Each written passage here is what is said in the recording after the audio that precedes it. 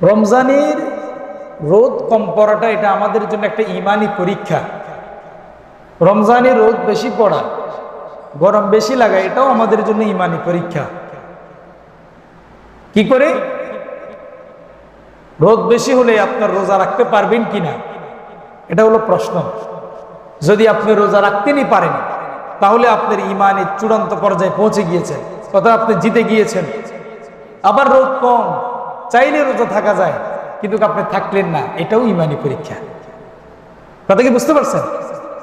রোদ কম, ঠান্ডা ঠান্ডা ভাব, চাইলে রোজাটা রাখা যায় কিন্তু আপনি ইচ্ছা করেই ম্যাচ মেরে ধরাই দিলেন, ফু করে টান দিলেন ভাঙ্গি চুরমার করে, এটা রোজা ভাঙে নাই, এটা আপনার ইমান ভেঙে গেছে। নাউজুবিল্লাহ বলেন। রোজা কি ভাঙে? রোজা একটা ইবাদত, এটা ভাঙে না। মোবাইলটা পড়লে ভাঙে যাবে, এটা পড়লে এটা ভেঙে যাবে, রোজা ভাঙবে না। টাকা ভাঙাই না, কিভাবে টাকা ভাঙাই? টাকা ভাঙানো হলো 10 টাকা দিলাম, দুইটা 5 টাকার নোট দেন, এটা টাকারে মাতুল দিয়ে পিটি ভাঙি নেই। 10 টাকাটা তাকেই দিয়ে দিলাম, 10 টাকা আমার কাছে ছিল, টাকাটা আমি পরিবর্তে তাকে দিলাম, তার থেকে 2 টাকা 5 টাকার নোট আমার কাছে নিয়ে আসলাম। তো এই যে রোজা ভাঙা, রোজা ভাঙে না। রোজার কারণে আমাদের ইমান ভেঙে যায়, রোজার কারণে আমাদের জান্নাত যাওয়ার পথ ভেঙে যায়, রোজার কারণে আমাদের জাহান্নামের পথ ভেঙে যায়। সুবহানাল্লাহ। রোজা ভাঙে না। এই জুমায় রমজানের একেবারে শেষ সূচনা লগ্নে আমরা চলে এসেছি, কিন্তু কি পেলাম গোটা রমজানে? ভোগ বিলাস, অভ্যাস ছেড়ে ত্যাগ ও কর্মমুখী জীবন শিক্ষা দেওয়ার নাম হলো রমজানের প্রথম কাজ। ভোগ ত্যাগ করতে হবে, বিলাসিতা ত্যাগ করতে হবে। রমজানের আগে দিনের বেলায় গরম লাগলে আমি দোকানে গিয়ে একটা স্পিরিট কিনে খেতে পারতাম, একটা টাইগার কিনে আমি চাইলে খেতে পারতাম, এটা আমার ভোগ। খেয়েছি, এটা আমার ভোগ, বিলাসিতা। আমি চাইলে কল থেকে 1 গ্লাস ঠান্ডা পানি নিয়ে খেতে পারি তৃষ্ণার জন্যে, কিন্তু আমি সেটা না করে ফ্রিজ থেকে 15 টাকা দিয়ে আমি একটা ঠান্ডা কিনে খেলাম, এটা আমার বিলাসিতা। এটা আমার কি? বিলাসিতা। আপনাদের একটা সমস্যা হইল আপনারা কথা বলেন না। আপনাদের একটা সমস্যা হইল আপনারা কথা বলেন না। ভাই, আমরা রোজা থেকে সকাল থেকে কথা বলতেছি না এখনো পর্যন্ত। আজকে আবার ইফতার মাহফিল আছে, সে মাগরিব পর্যন্ত কথা বলবো, মাগরিবের পরে এসে তারাবিতে দাঁড়িয়ে আবার কথা বলবো, আল্লাহ আবার কথা বলবো, মুনাজাতে কথা বলবো। তা আমরা পুরো দিন কথা বলতেছি না, তা আপনারা একটু একটু বলেন না। আমাদের তো পিপাসা লাগে না, কারণ আপনার যদি নিয়ত করেন যে আপনার বেশি কথা বললে আপনার পিপাসা লাগে, তাহলে আপনার লাগিয়ে যাবে। এটা বিষয়টা হলে কিরকম? আপনি যদি মনে করেন কেউ আপনার পিছনে আছে, রাত্রের বেলা রুমের ভিতরে আপনি একলা, খাটের নিচে কেউ আছে, তাহলে আপনি ভয় পাবেন। আর আপনার থেকে যদি মনে করেন না এই করে আমি একাই, এখানে কেউ নাই, তা আপনার কাছে কোনো ভয় নেই, সেটা একেবারে কবরস্থানে গেলে আপনি শুয়ে দেখতে পারবেন। আর যদি মনে করেন না কেউ আছে, এইখান দিয়ে কেউ আছে, এই যে পাতা নড়তেছে, এই যে ফাঁকাইটা খামাখা ঘুরে, তার মানে বুঝা গেলে আপনার ভিতরে ঢুকে গেছে, আপনি এখন ভয় পাবেন, আপনি আর পুরো রাত একা থাকতে পারবেন না। কোন রোজাদার ব্যক্তি যদি ইমানের জজবা নিয়ে থাকে, আরে আমার কিসের পানির পিপাসা, ফিলিস্তিনের মুসলমানেরা ছোট্ট ছোট্ট বাচ্চারা 3 দিন 4 দিন পর্যন্ত পানি পায় না, তারা তো বেঁচে আছে, তো আমার কি সমস্যা? কিচ্ছু করতে পারবে না শয়তান, আপনি পুরো দিন চিল্লাইতে পারবেন। আপনি সুবহানাল্লাহ পড়েন না। আপনার নফসের সাথে আপনাকে যুদ্ধ করতে হবে, আপনাকে যুদ্ধ করতে হবে। আপনি আপনার বাড়ি থেকে আসছেন না, আমি কুমিরা থেকে আসছি, তো আমি আসছি, আমার গায়ের উপরে রোদ পড়ছে না, আবার আমি যাব না অন্য জায়গায় প্রোগ্রাম করতে যাব, তো আমার রোদ পড়তেছে, আমি কথা বলতেছি, আমার পিপাসা লাগতেছে না, তা আমি চিন্তা করতেছি আরে কিসের পিপাসা, এই তো আর আসরের নামাজের টাইম, এই তো জোহরে পৌঁছে গেলাম, আর আসর হয়ে গেলে তো একটু হাঁটা উঠে করলে মাগরিব। এটা শয়তান এসে আমাদেরকে ডিস্টার্ব করার সুযোগটা খুব কম পারে, কিন্তু বিশেষ করে রমজানের রোজার ক্ষেত্রে আমার মতো 8-10টা ছেলে রমজানের 30টা রোজার ভিতরে সে 25টাই ভেঙে ফেলছে, 25টা রোজাই রাখে নাই। কেন? ইচ্ছা করে। আমি এরকম অনেক মানুষকে দেখেছি যারা কঠোর পরিশ্রম করে রোজাও রাখে। এরকম অনেক মানুষকে আমি দেখেছি। আমার এক পরিচিত মানুষ, সে ভারী ভারী অনেক কাজ করে, ভারী ভারী অনেক কাজ করে লোহার, কিন্তু 30টা রোজাও রাখে। এটা হলো তার ইয়াকিন, বিশ্বাস, জজবা। কথা কি বুঝতে পারছেন? আমরা অনেক সময় মায়ের সাথে রাগ করে, বউয়ের সাথে রাগ করে,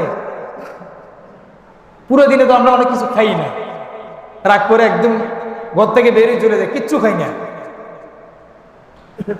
তখন কি আমার পানির পিপাসা লাগে? হাঁটতে হাঁটতে চলে গেলাম 210 কিলোমিটার। রাস্তার পাগলেরা পানি পায় না খাওয়ার জন্য, আছে না নাই? রাস্তার ধারে পাগল হাঁটে না? এই পাগল হাঁটতে হাঁটতে কুমিরা বাজার থেকে বারুলিয়া বাজার পর্যন্ত চলে আসছে, আবার বারুলিয়া থেকে হাঁটতে হাঁটতে ফৌজদারহাট চলে গেছে, কিন্তু মধ্যখানে তার খানা পিনা কিচ্ছু নাই। তো তারে কে চালায়? সে তো পাগল, কিন্তু মানুষ তো মস্তিষ্ক ঠিক না থাকলে পাগল, কিন্তু কি মানুষ, কুকুর না। তো ও যদি চলতে পারে, আপনার হোশ জ্ঞান ঠিক আছে, আপনি তো বিশ্রামও করেন, আপনি কেন কথা বলতে পারবেন না? তো কথা বলবেন, কি বলবেন? কথা বলবেন। এটা শুধু আজকে না, সবসময় এর জন্য এই উপদেশ, এটা অনুরোধ রাখবো আমি। তো রমজান মাস এটা আমাদের কাছ থেকে চলে যাচ্ছে। আমরা এখানে কি পাইলাম, কি করলাম? রমজান আমাদের কাছ থেকে চলে যাচ্ছে। রমজানকে আমরা আরবি ভাষায় বলতেছি ইয়াউমুল বিদা, রমজানের শেষ লগ্নর জুমা। কিন্তু রমজানের শেষ না, রমজান 2025 সালে গেছে, 26 সালে কি আসবে না? ভাইরা এই যে কথা বলতেছে না, রমজান 25-এ গেছে, 26-এ কি আবার আসবে না? কিন্তু আমার জীবনটা 25-এ গেছে, 26-এ কি থাকতে পারবো? তাহলে রমজান বিদায় নয়, আমি বিদায়। সুবহানাল্লাহ পড়ে। রমজান বিদায় নয়, রমজান গিয়েছে, 26-এও আসবে, 27-এও আসবে, 28 সালেও আসবে, 29 সালেও আসবে, 30 সালেও আসবে, কিন্তু আমি আসতে নাও। হ্যাঁ, তাহলে বিদায় আমি, বিদায় আপনি, বিদায় আপনার ছেলে, বিদায় আপনার মেয়ে, বিদায় আপনার নাতি, বিদায় আপনার নাতনি, বিদায় আপনার স্ত্রী, বিদায় আপনার প্রিয়তম, বিদায় আপনার প্রিয় ভার্জন, বিদায় আপনার নেতা, বিদায় আপনার নেত্রী, বিদায় আপনার সমাজের চেয়ারম্যান, বিদায় আপনার সমাজের মেম্বার। রমজান বিদায় নয়, নামাজ বিদায় নয়, হজ যাকাত বিদায় নয়, এগুলো এবছর আসছে, আগামী বছরও আসবে, কিন্তু আপনি এই বছর ছিলেন, আগামী বছর নাও থাকতে পারেন, কাজেই আপনিই বিদায়। সুবহানাল্লাহ পড়ে। কথা কি বুঝাইতে পারলাম? বিদায় আমরা। রমজান আছে, রমজান থাকবে, সূর্য আছে, সূর্য থাকবে, কিন্তু আমি নাই। আমার এই শার্ট পরে থাকবে, প্যান্ট পরে থাকবে, মসজিদের এই মাইক থাকবে, আমার এই ট্যাবলেট থাকবে, আমার এই মোবাইল থাকবে, এই টেবিল থাকবে, এই মসজিদ থাকবে, কিন্তু আমি থাকবো না। বিদায় আমি, বিদায় এসব কিছু নয়, বিদায় রমজান নয়, বিদায় আমরা। বলেন বিদায় কারা? বিদায় আমরা। তা আমরা যে বিদায় নিচ্ছি, আমরা এখন কি নিয়ে যাচ্ছি? আমরা যে বিদায় নিচ্ছি, কি নিয়ে যাচ্ছি? আল্লাহ রাব্বুল আলামিন বলছে হাদিসে কুদসির ভিতরে, বুখারী শরীফের ভিতরে হাদিসটা রয়েছে ৭৪০৫ নম্বর হাদিস। কত নম্বর বলেছি? ৭৪০৫ নম্বর হাদিস।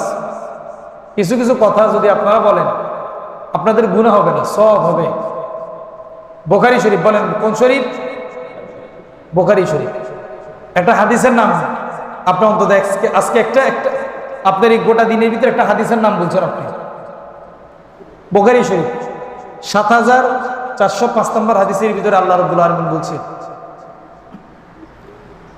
বান্দা আমার ব্যাপারে যেরকম ধারণা করে আমি তার সাথে ঠিক ওই রকমই আচরণ করি।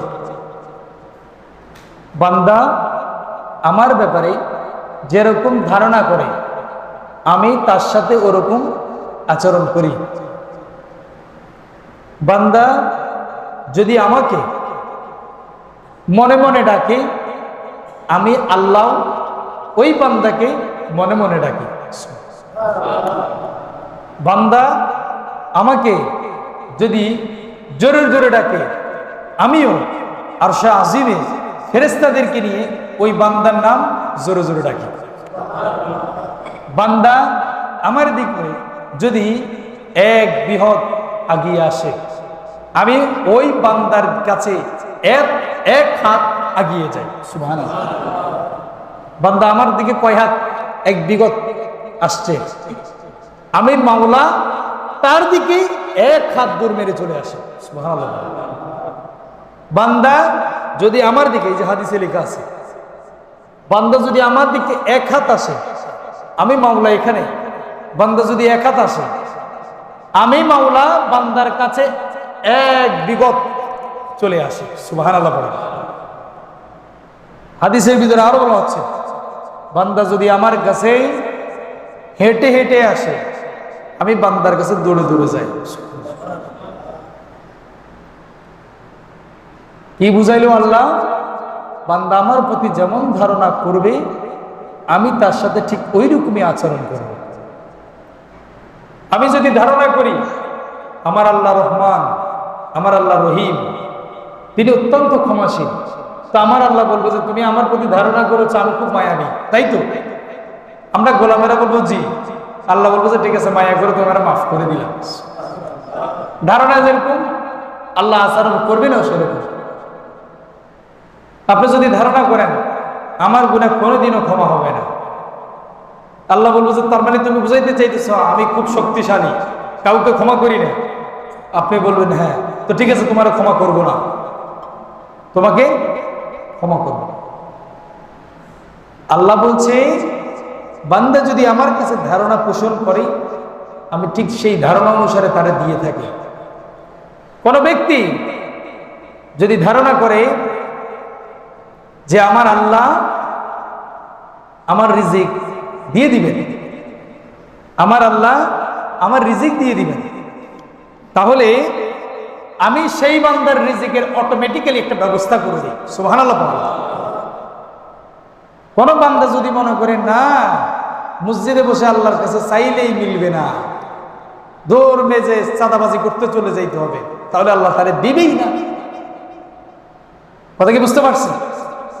কোন ব্যক্তি যদি মনে করে আমার এই ক্যান্সার কোনোদিনও ভালো হবে না, ক্যান্সার মরণ ব্যাধি রোগ, পৃথিবীর যত মানুষকে ক্যান্সারই ধরেছে তত মানুষ ক্যান্সারে আক্রান্ত হয়ে মারা গিয়েছে, ভালো করার কেউ নাই, কেউ পারবে না, তা আল্লাহ বলতেছে তুমি মনে করতেছো আমি তোমার ভালো করতে পারবো না, তো তুমি মরেই যাও, ক্যান্সারে সে মারা যাবে। আর কেউ যদি মনে করে না 2020-21 করোনায় কেউ মরলেও আমাকে আমার আল্লাহ বাঁচিয়ে রাখবে, তো আল্লাহ একই করুণায় একজনকে মেরেছে, একই করুণায় আরেকজনকে জীবিত করে তুলে দিয়েছেন। জোরে বলুন সুবহানাল্লাহ। এটা কি ধারণা? এটা কি ধারণা? তা আমাদের ধারণা মাওলার প্রতি কি হবে? যে আমার আল্লাহ অত্যন্ত মহৎ, আমার আল্লাহ অত্যন্ত দয়াশীল, আমার আল্লাহ অত্যন্ত মায়াবী, আমার আল্লাহ অত্যন্ত ক্ষমা করেনেওয়ালা, আমার আল্লাহ রিজিক দেনেওয়ালা, আমার আল্লাহ হায়াত দেনেওয়ালা, আমার আল্লাহ আমার ইজ্জত দিবেন, আমার আল্লাহ আমার সম্মান দিবেন, আমার আল্লাহ আমাকে বেইজ্জত করবেন না, আমার আল্লাহ আমার অভাব দূর করে দিবেন, আমার আল্লাহ আমার রোগ দূর করে দিবেন, আমার আল্লাহ আমার বালা মুসিবত দূর করে দিবেন। এই সব যদি ধারণা আমি করি তো আল্লাহ সবই আপনার জন্য কবুল করে নেবেন। জোরে বলুন আমিন। কথা বুঝতে পারছেন? হাদিসের ভিতরে বলা হচ্ছে এই জন্য আমাদের ধারণা হবে এই রমজানে আল্লাহ আমাদেরকে মাফ করে দিবেন। জোরে বলুন আল্লাহুম্মা আমিন। আল্লাহুম্মা সাল্লি আলা সাইয়্যিদিনা নাবিয়ানা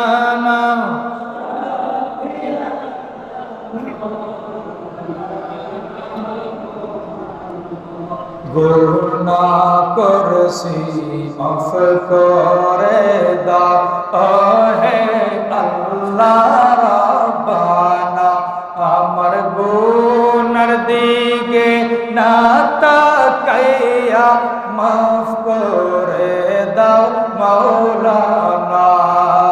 আল্লাহুম্মা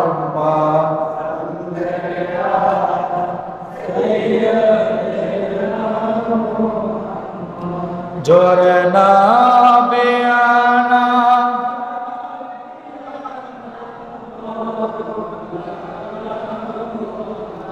হাসবি রাব্বি জাল্লাল্লাহ মা ফি কলবি গায়রুল্লাহ নূর মুহাম্মদ সাল্লাল্লাহু লা ইলাহা জোরে লা ইলাহা ইল্লাল্লাহ লা ইলাহা লা ইলাহা।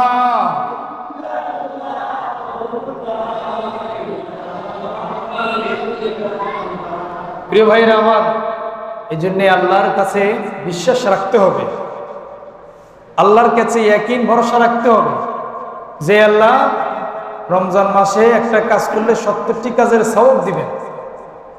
1 টাকা দান করলে ওই 1 টাকার জন্য তিনি 70 টাকার দানের সওয়াব দিবেন। সুবহানাল্লাহ পড়ে। এটা হলো dollar system, dollar. United states of America, ওই জায়গার মানি হলো ডলার। ওই জায়গার মানি কি? ডলার। এই যে এক বাবা 100 টাকা হাদিয়া পাঠাইছে, এই 100 টাকা, জলজন্ত একটা কথা বলছি, এই 100 টাকা যদি 1 টাকায় 70 টাকা হয়, সবাই ক্যালকুলেটর বের করেন, 1 গুণ 70, তাহলে 7 শূন্য 70 গুণ 100, তাহলে এই টাকার মান হলো কত টাকা? 1,10,000 7,000 টাকা। সুবহানাল্লাহ। এই 100 টাকার মান কত? এটাকে দিবেন কে? আবার বলেন, দিবেন কে? তিনি কি দিতে পারেন কি পারেন না? তিনার কাছে আছে কি নাই? তিনার ধনভাণ্ডার থেকে কি একটু দিলে কমে যাবে? যা চাইবেন তাই দিবে। কোন রকমের ভেজাল করবে? বলবে এত এত কেন চাও, এটা বলবে? তোমারে দিলাম না একটু আগে, এরকম বলবে? তোমার ফজরের সময় দিলাম না, জোহরে আবার কেন আসছো, এটা কি বলবে? যিনি বলবেন না তিনি হলেন আমার আল্লাহ, আমার মাওলা, আমার অভিভাবক। সুবহানাল্লাহ। এটা কয় টাকা বলেন? এটা এখানে সওয়াব কত মিলবে? 7,000 টাকা দিলে যেই সওয়াব মিলবে, সেই সওয়াব এই টাকার ভিতরে মিলে যাবে। জোরে বলুন সুবহানাল্লাহ। এটা হলো, আমি আমেরিকার ভার্সনটা কেন বলেছি জানেন? আমেরিকার 1 টাকা বাংলাদেশের 100 টাকা। আমেরিকার কয় টাকা? 1 টাকা বাংলাদেশের 100 টাকা। তো আমেরিকা থেকে কেউ যদি 100 টাকা একটা পাঠায়, তার মানে সে বাংলাদেশে 1000 টাকা পাঠাইছে। কয় হাজার টাকা পাঠিয়েছে? 1000 টাকা পাঠিয়েছে। হ্যাঁ, 10,000 টাকা নাকি? 100 টাকায় 10,000 টাকা পাঠিয়েছে। এখানে কিন্তু একটা কথা আছে, এই টাকার মান কিন্তু বৃদ্ধি পায়, অর্থাৎ বিশ্ববাজারের সাথে মিল রেখে আমেরিকার ডলারের মান সবসময় কিন্তু একই রকম থাকে না, বেড়েও যায়। বাড়ার চান্সটা হলো বেশি, কমার চান্সটা কম। আমেরিকার টাকা এই পর্যন্ত কমেছে কম, বেড়েছে বেশি। 1 টাকা যদি কোনো এক সময় 1 টাকা যদি বাংলাদেশের 2 টাকা থাকতো, কিন্তু এই সময় এসে সে 1 টাকা 100 টাকাতে রূপান্তরিত হয়েছে। 1 টাকা 58 রূপান্তরিত হয়নি, বেড়েছে, বৃদ্ধি পেয়েছে। তো এই রমজান আমাদের জন্য আমেরিকার টাকার মতো। সুবহানাল্লাহ পড়েন। এই দেশের বহু মানুষের স্বপ্ন হলে আমেরিকাতে যাবে, আমেরিকাতে থাকবে, আমেরিকাতে গিয়ে ইংরেজিতে কথা বলবে, বাংলায় কথা বলতে ভালো লাগে না। তারা কি বুঝতে পারছেন? এই যুগের বহু যুবক যুবতীর স্বপ্ন হলো সে যদি একটু আমেরিকাতে যেতে পারতো, লটারির মাধ্যমে কপালটা খুলে যেত। কিন্তু চট্টগ্রামের একটা ছোট্ট ছেলে, সে বলেছে লন্ডন, প্যারিস, ওয়াশিংটন, বার্লে যেতে চাই না, হংকং, বেজিং, টোকিও, সিঙ্গাপুরও চাই না, মন আমার যেতে চাই এই দুনিয়ায় একটি জায়গায়, সেই জায়গাটির নাম হলো সোনার মদিনা, সেই জায়গাটির নাম হলো সোনার মদিনা।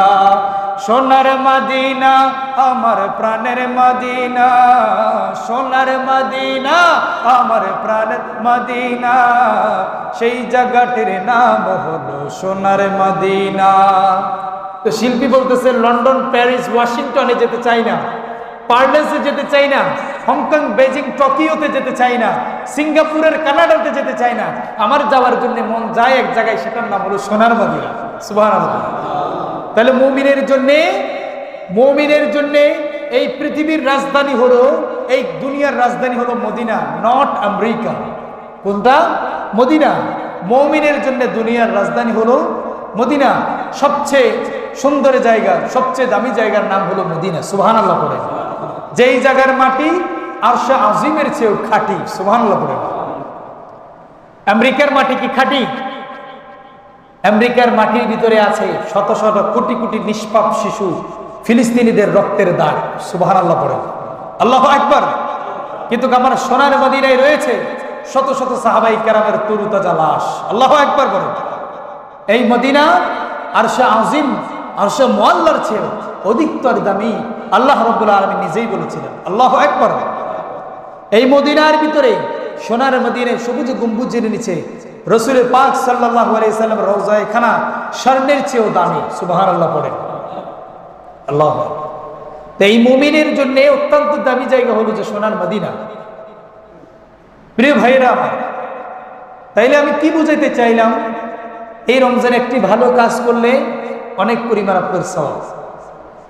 কিন্তু ওই যে হাদিসটা বলেছিলাম, যেখানে আল্লাহ বলেছে, বান্দা আমার প্রতি যেমন ধারণা করে আমি তার ধারণা অনুসারেই তার সাথে ব্যবহার করে থাকি, ঠিক একই রকম ভাবে রমজানের পরেও যদি আমি ধারণা করে থাকি আমি এই ভালো কাজের জন্য অধিক পরিমাণে সওয়াব পাবো, তো আল্লাহ আপনার আমলনামার ভিতরে অধিক পরিমাণে সওয়াব দান করে দিবেন। বলুন সুবহানাল্লাহ। রমজানে মুসল্লি বেশি না কম? রমজানে মুসল্লি বেশি না কম? আপনারা কিন্তু জায়গা মতো ঠিকই চিল্লাচিল্লি করেন, কিন্তু এই জায়গাতে এসে আপনাদের পেটের ক্ষুধা বেড়ে গেছে, আমি বুঝতেছি। কথা যদি জায়গাতে এখানে না বলতে পারেন আর কোনো জায়গায় বলতে পারবেন না, এটা বদদোয়া না, এটা একটা ভবিষ্যতের সিগন্যাল দেওয়া যাচ্ছে। জায়গাতে আপনারা ঠিকই জোরে জোরে কথা বলেন, দোকানে বসছেন, একটা চা দেয়, মেসিয়ে চা দিতে একটু দেরি হচ্ছে, করে করে আমরা চা দিতে, এই জায়গাতে আপনার আওয়াজটা বেড়ে গেল। বাড়ছে কি বাড়ে নাই? বেড়েছে। গাড়িতে উঠেছেন, এই সামনে নামাই দাও, নামানে করে নামাইতে বলতেছি না আমারে, এই জায়গাতে আপনার আওয়াজ বেড়ে গেল। কিন্তু আমার খোদার ঘর সানিকা বা বাইতুল্লাহ দেশে আপনি যদি একটু আওয়াজ না বাড়ে, এটা তো ইমানের একটা জজবা থাকতে হবে। রমজানে মুসল্লি বেশি না কম? মুসল্লির ইচ্ছাটা কি? এই রমজানে যদি ফজরের নামাজ পড়ি 2 রাকাত, কিন্তু পাবো আমি 70 রাকাতের সওয়াব। ঠিক না ভাই? ঠিক। এই রমজানে যদি আমি একটা রোজা রাখি একদিনে শনিবারে, তাহলে আমি এরকম 70 দিন শনিবারে রোজা রাখার সওয়াব পাবো। এই রমজানে যদি আমি রোববার দিন একটা রোজা রাখি, 70 দিন রোববারে রোজা রাখলে আমি যেই সওয়াব পাবো সেটাই পাবো। এই জন্যে রমজানে ছোট্ট ছোট্ট বাচ্চারাও কিন্তু রোজা রাখে। রাখে কি রাখে না? আরো খারাপ খারাপ মানুষ, যাদেরকে আপনার টেনে হেসড়েও কিন্তু 2-4 বেলা খানা থেকে উপাস রাখতে পারবেন না, তারাও কিন্তু সকাল থেকে সন্ধ্যা পর্যন্ত না খেয়ে আছে মাওলার সন্তুষ্টির জন্য। আছে না নাই? কারণ তার ইচ্ছা মাওলা তার অধিক পরিমাণে দিবে, তার ইচ্ছা মাওলা তার অধিক পরিমাণে দিবে। কিন্তু এই রমজানের পরে আমাদের মুসল্লিরা ফজরের জামাত থেকে হারিয়ে যাবে কি যাবে না? যাবে। জহুরের ওয়াক্তে হারিয়ে যাবে কি যাবে না? যাবে। মুসল্লি অনেক কমে যাবে। শুধু তাদেরকে দেখা পাবে শুক্রবারে একদিন। কেন? কারণ বান্দা তখন মনে করছে রমজানের বাইরে বাকি 11টি মাস ইবাদত করলে এত একটা সওয়াব নাই, এত একটা কি নাই? সওয়াব নাই। শুক্রবার দিন একদিন আছে, ওই দিন গেলেই চলে। আপনি যেমনটা ধারণা করছেন মাওলা আপনার সাথে ঠিক তেমনটাই আচরণ করবে। আপনি যদি আচরণটা মনে করেন, ধারণাটা মনে করেন রমজানে যেমন সওয়াব পেয়েছি, রমজানে যেমন আল্লাহর রহমত পেয়েছি, রমজানের বাইরে রমজানের পরের মাসের নাম শাওয়াল মাস, শাওয়াল মাসেও জুমা পড়তে গেলে একই রকমের সওয়াব পাবো, তো ঠিকই আল্লাহ আপনাকে তাই দান করে দিবেন। জোর বলুন সুবহানাল্লাহ। কিন্তু এটা পৃথিবীর অন্য কোনো জায়গায় চলবে না। রমজানে আপনি বোনাস পেয়েছেন কি পেন নাই? পেয়েছেন। যারা বোনাস পায়, তা আপনি যদি রমজানের পরের মাস, মার্চ মাসে রমজান হয়েছে, মার্চ মাসে আপনি বেতনও পেয়েছেন, বোনাসও পেয়েছেন, আপনি যদি মার্চের পরে এপ্রিল মাসে চিন্তা করেন যে আপনি এই মাসেও বেতন পাবেন, বোনাস পাবেন, ধারণাটা কি সঠিক না ভুল? কিন্তু এটা মাওলার কাছে ভুল নয়, এটা মাওলার কাছে সঠিক। রমজান মাস ছিল মার্চ মাসে, মার্চের পরে এপ্রিল মাস, এপ্রিল মাসেও যদি আপনি চিন্তা করেন মাওলা তুমি আমার বেশি বেশি দিবা রমজানে যেমনটা দিয়েছো, মাওলা ঠিক আপনার তেমনটাই দেওয়া হবে। সুবহানাল্লাহ। তাহলে ভাইরা আমার, এই রমজান আমার কাছ থেকে বিদায় নিচ্ছে নাকি আমি রমজান থেকে বিদায় নিচ্ছি? বলেন তো কোনটা হবে? আমরা রমজান থেকে বিদায় নিচ্ছি, যেটা একটু আগে বলেছিলাম। রমজান এই বছরও আছে, ওই বছরও থাকবে, তার পরের বছরেও থাকবে। ফজরের নামাজ আজকেও আছে, আগামী 6 মাস পরেও থাকবে। জোহরের নামাজ আজকেও আছে, আগামী 6 মাস পরেও থাকবে। কিন্তু আমি নাও থাকতে পারি। তো রমজান আমার কাছ থেকে বিদায় নয়, বরং আমি রমজান থেকে বিদায়। আমি যে রমজান থেকে বিদায় নিচ্ছি, কি নিয়ে বিদায় নিচ্ছি আমাকে একটু মাথায় রাখতে হবে প্রিয় ভাইরা আমার। এই জন্যে রমজান আমার কাছ থেকে বিদায় নিচ্ছে না, আমি রমজান থেকে বিদায় নিচ্ছি। কিন্তু আমি কখন জানি আমার আসল ট্রেন চলে আসবে, ট্রেনে আমি উঠে যাবো, আমি সেটা ঠিক জানি না। বিমান, ট্রেন, বাস অথবা নৌকা যাই বলেন না কেন, আপনার পড়ন্ত বিকেলের শেষ গাড়িটা কখন জানি আপনার কাছে চলে আসবে আপনি জানেন না। তা আপনি যদি নাই জেনে থাকেন, আনলিমিটেড টাইম যদি আপনার কাছে থাকে, তাহলে আপনাকে এই রমজানে শুধু ইবাদত করলে চলবে না, বরঞ্চ তার পর যতদিন বেঁচে থাকবেন ততদিনই ইবাদতের সাথে সম্পর্ক রাখতে হবে। সুবহানাল্লাহ। প্রিয় ভাইরা আমার, দান সদকা এগুলো এই মাস নয়, গোটা 12 মাস করবেন। অভাবীরে গোটা 12 মাসটা খাওয়ানোর চেষ্টা করবেন। এতিমানাতের প্রতি সদয় হবেন। আপনাদের সন্তান যারা আছে তাদেরকে সঠিক পর্যায়ে মানুষ করার জন্য চেষ্টা করবেন।